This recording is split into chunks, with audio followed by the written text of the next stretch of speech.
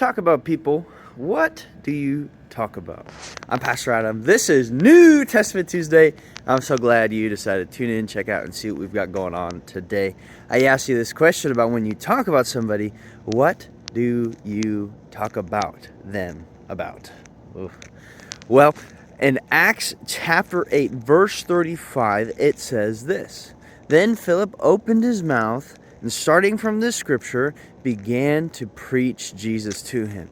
What is this passage about? This passage is about Philip, and he's stumbled upon a guy, and that guy is reading a scroll, the scroll from Isaiah. And this particular passage from Isaiah is what we call the passage about the suffering servant.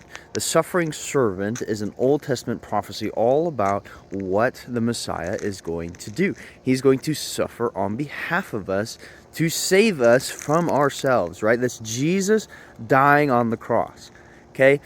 And so, when you talk about Jesus, what do you talk about? There's a whole lot. We could talk about his miracles, we could talk about his teaching, we could talk about the people he kept around, the people who he spent his time with, that he was a carpenter, that he was making people fishers of men, all of these different things, right?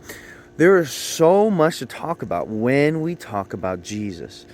But we would be doing Jesus an injustice if we didn't mention him dying on the cross.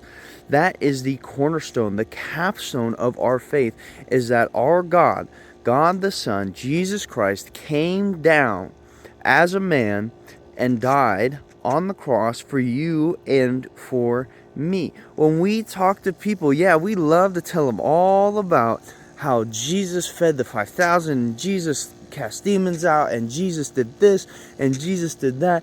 But if we don't mention that Jesus Christ died on the cross for sinners, then we have got it wrong.